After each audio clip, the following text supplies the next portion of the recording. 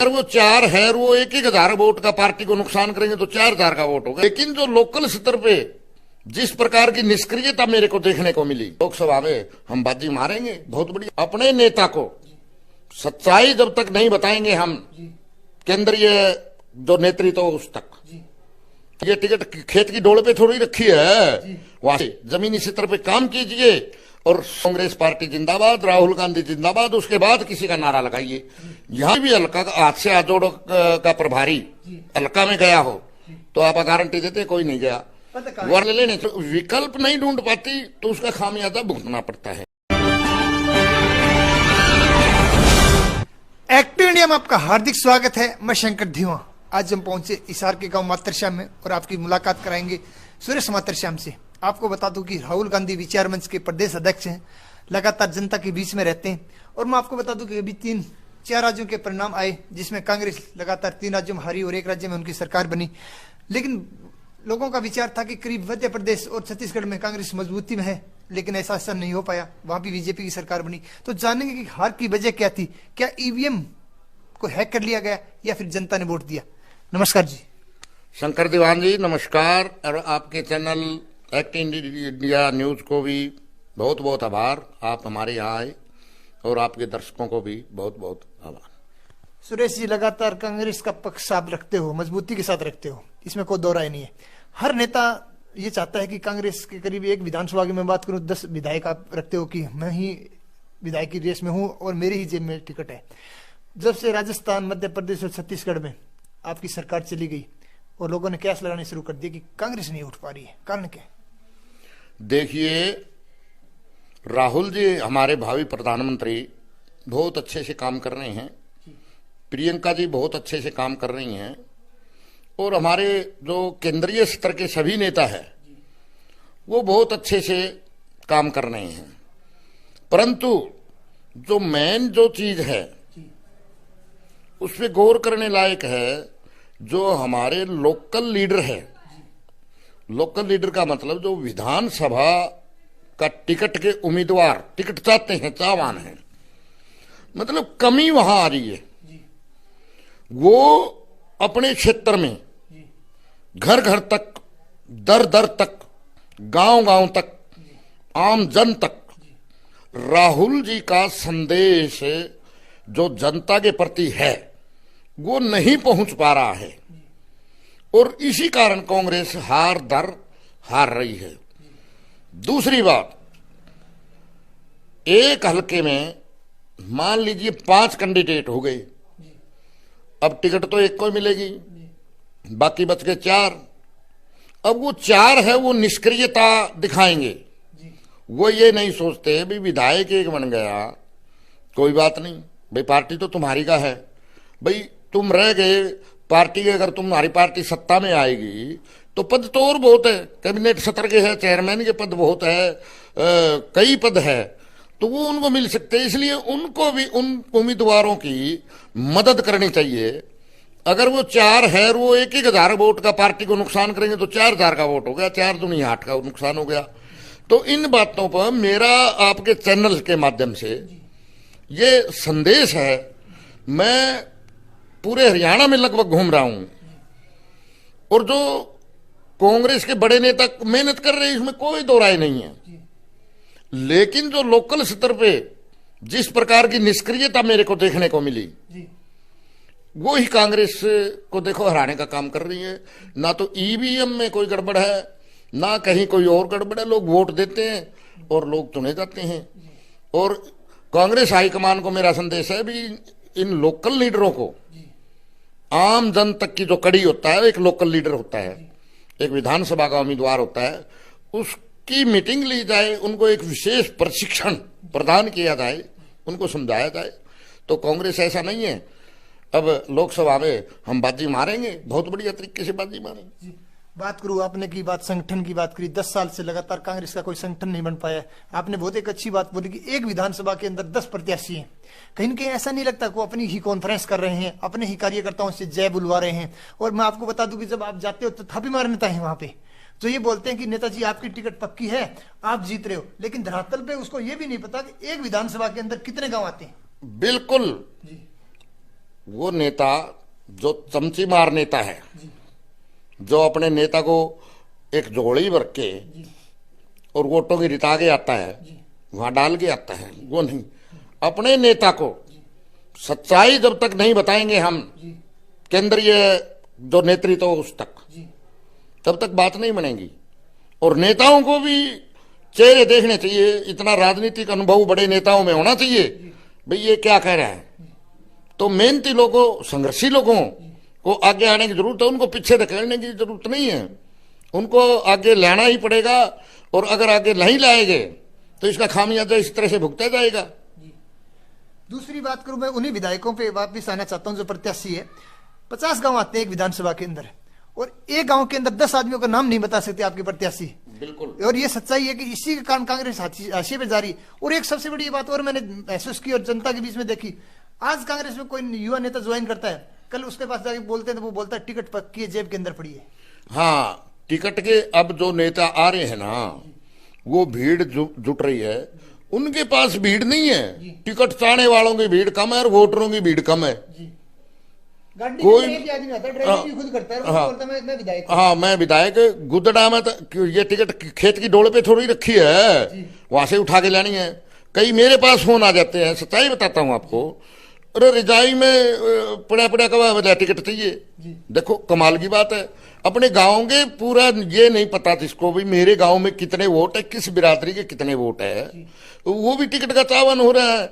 पहले धरातल पे काम कीजिए, जमीनी स्तर पे काम कीजिए और लोकल मुद्दे उठाइए। एक और बात कहना चाहता हूं, जितने भी ये लीडर है जो टिकट के दावान हैं, इनको अपने क्षेत्र के देखिए, आदमपुर हल्का अलग मुद्दे हैं, नलवा हल्का इसमें अलग मुद्दे हैं, बरवाड़ा हल्का, हर गांव में यहाँ पर आप आज मातृश्याम बैठे हो, इसके अलग अलग समस्या मिलेगी। आप शाहपुर जाओगे अलग, उनको एक समस्या की लिस्ट बनानी चाहिए और वो लिस्ट अपने नेता को आगे पहुंचानी चाहिए भी हमारे क्षेत्र में ये मुद्दे हैं, आप हमारे क्षेत्र में आओ तो ये मुद्दे की आप गारंटी लीजिए काम पूरे करवाने की। इस तरह से मतलब बहुत से काम कांग्रेस को करने हैं और बहुत सी बातें हैं जो लागू करनी है, बहुत से फैसले हैं जो कड़े जो लागू करने हैं। मैं बार बार ये कहता हूं भी गुटबंदी नहीं है, लेकिन अब सामने आया है। आप बोले गुटबंदी नहीं है, मैं आपको बता दूं कि यदि गुटबंदी देखनी है तो कांग्रेस कार्यालय में चले जाओ हिसार, वहां पर कोई मान साहब के नारे लगा रहा है, कोई संपत सिंह के नारे लगा रहा है, कोई नरेश मलिक के नारे लगा रहा है, कोई अपने आईएएस के नारे लगा रहे हैं। मैं आपको बता दूं कि लगातार विधायक के तौर पर कोई सुरजेवाला का नाम ले रहे हैं, कोई हुड्डा का नाम ले रहा है, कोई सेल्जा का नाम ले रहा है। आप बोले कि गुटबाजी नहीं? मैं ये नहीं कह रहा, मैं पहले जो मैंने इंटरव्यू दिए उनमें कहा भी गुटबंदी नहीं है, उनमें कहा, लेकिन अब देखने में आया है। लेकिन गुटबंदी करो, अपने नेता के नारे लगाओ, कोई दिक्कत नहीं है।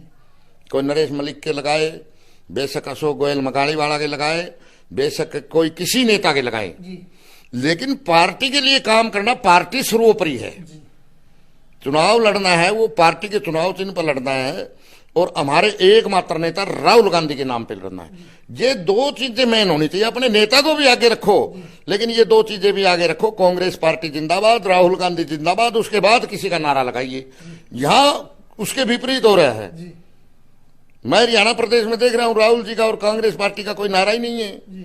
तो मैं ये बात भी कांग्रेस नेतृत्व को, जो हाईकमान है, उसको कहना चाहता हूं, ये दो चीजें लागू करें। कोई भी छोटी जनसभा हो, बेशक बड़ी जनसभा हो, बड़ी रैली हो, उसमें राहुल जी का नारा और कांग्रेस पार्टी का नारा अनिवार्य हो।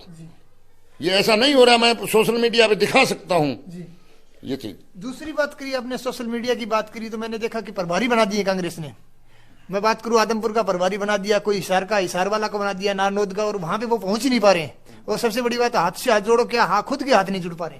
बिल्कुल, मैं आपको बता दूं, करीब 1 साल पहले हाथ से हाथ जोड़ोगे प्रभारी नियुक्त किए थे हल्काओं के, जितने भी हल्के थे, आज तक मैं गारंटी शुदा बात करता हूं भी कोई भी हल्का हाथ से हाथ जोड़ो का प्रभारी हल्का में गया हो तो आप गारंटी देते कोई नहीं गया। वरना ढूंढे पाटने चाहिए थे वो प्रभारी के। मेरे को बना के दिखाओ, मेरे को किसी जिले का बनाओ या हल्के का बनाओ, फिर दिखाता हूं काम कैसे होता है। उदाहरण लेना चाहिए, प्रेरणा लेनी चाहिए मेहनती लोगों से। घर बैठने से थोड़ी काम बनेगा, टिकट ऐसे थोड़ी काम चलेगा। टिकट मांगू, टिकट मांग रहे हैं, प्रभारी बन रहे हैं, काम करते हैं 0/0।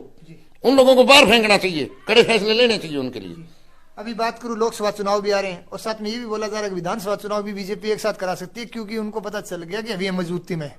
उसी को लेकर मैं बताऊं, कैप्टन अभिमन्यु दीपाली मोइलन कर दिया। अभी कुलदीप बिश्नोई जी भी भारतीय जनता पार्टी की बात कर रहा हूँ, अभी अपने बेटी की शादी में करीब बोलते हैं कि 3 लाख कार्ड बांट रहे हैं। साथ में अशोक मंगाली वाला जी मेहनत कर रहे हैं हिसार से, और जयप्रकाश जेपी। इसमें चारों में से कौन सा मजबूत है? देखिए, मंगाली वाला जी शुरुआत में जब आए थे ये जी, और हम उनके साथ काम कर रहे हैं जी, बड़ी मेहनत कर रहे हैं। करीब मेरे ख्याल में 7 साल के लगभग हो गए, तो तब से आ रहे हैं। मैंने भी उनके काम वो जनसभाएं करवाई थी, यहाँ मेरे गांव में भी करवाई थी, शाहपुर में भी करवाई थी लगभग। और तब से मैं देख रहा हूँ सोशल वर्किंग ही नहीं, वो पब्लिक से मिलने के, भाई कैसे रोजगार प्राप्त होगा, कैसे मतलब वो जो बीमारियां फैलती है गंदगी से, कीचड़ से, उनके बारे में भी मतलब बड़ा सिस्टम से बात बताते हैं। रोडों के बारे में एक बार हम बैठे थे, बता रहे थे भाई मैं एक ये रोड जो है सऊदी अरब से आए हैं, वो दुबई से यहाँ आए हैं करीब 7 साल पहले, तो वो बता रहे थे पूरा एजेंडा राजगढ़ रोड का। मेरे को खुद को बताया उन्होंने, भाई सरपंच साहब वहाँ रोड ऐसे है और मैं बस स्टैंड से लेके और आजाद नगर तक ऐसा रोड का निर्माण करना चाहता हूँ, लेकिन सत्ता जरूरी है।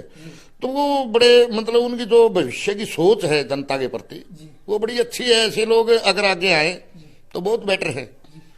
तो सबसे सुरेश जी, मेरा अंतिम प्रश्न आपसे है कि कांग्रेस कैसे उठेगी? देखो, संघर्ष और मेहनत से उठेगी। कौन करेगा?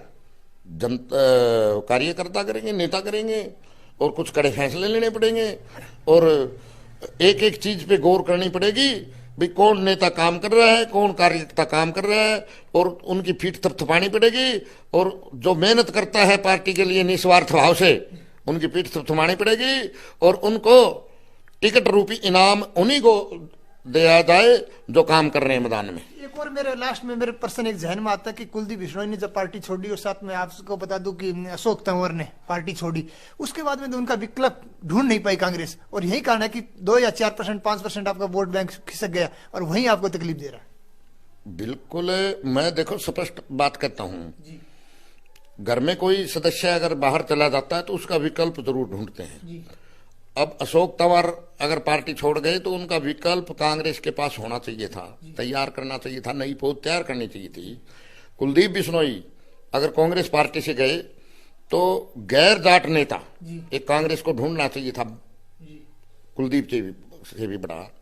तो विकल्प जरूर ढूंढना चाहिए। कांग्रेस कोई नेता अगर जाता है या कोई निष्क्रिय होता है तो उसका विकल्प नहीं ढूंढ पाती, और विकल्प नहीं ढूंढ पाती तो उसका खामियाजा भुगतना पड़ता है।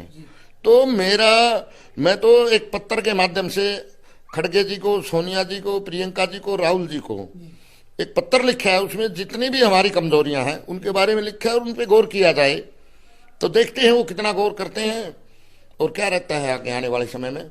बहुत बहुत धन्यवाद जी। बहुत बहुत धन्यवाद।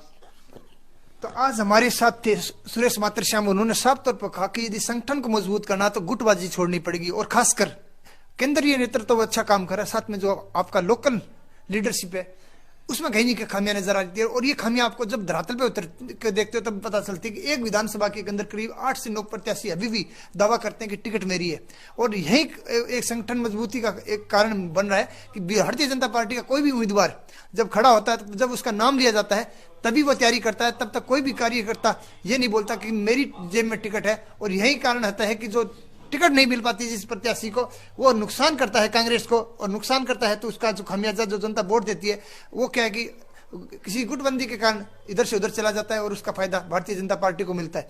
आज मैं आपको बता दूं कि लगातार जब आप जनता के बीच में जाते हो, आपको पता है कि किसान सड़क पे बैठा है, मनरेगा कर्मचारी सड़क पे बैठा है, हिसार के अंदर ही जाओगे आपको नगर पालिका के कर्मचारी सड़क पे बैठे हैं, आपको बता दूं कि विकलांग सड़क पे बैठे हैं, मनरेगा के आशा वर्कर सड़क पे बैठी है, कलरक सड़क पे बैठे, टीचर सड़क पे बैठे, लेकिन सरकार उठाने का भी काम नहीं करती। लेकिन उसको पता है कि कांग्रेस की गुटबाजी उसको जिता देगी, और उससे कोई फर्क नहीं पड़ने वाला कौन कहां बैठा है। क्योंकि आपके परसेंटेज से बात करूं, जहां पर मध्य प्रदेश का चुनाव हुआ तो वहां पे कांग्रेस ने बाजी मारी थी, मत प्रतिशत में उनसे ऊपर थे और बीजेपी के कम थे, फिर भी सरकार भारतीय जनता पार्टी की बनी। तो मैं आपको बता दूं कि देश इस हालात से गुजर रहा है कि आपके पास मत का अधिकार होने के बावजूद भी आपकी 45% से 50% जनता नाराज है, 50% जनता आपके पक्ष में है, फिर भी आप सरकार बना लेते हो, चाहे जनता के वोट से, चाहे तोड़फोड़ की राजनीति से। तो आज बस इतना ही, कल फिर मिलेंगे नई मुहिम के साथ। तब तक के लिए जय हिंद, जय भारत। आप हमारे चैनल को लाइक शेयर एंड सब्सक्राइब जरूर करें। वंदे मातरम, नमस्कार।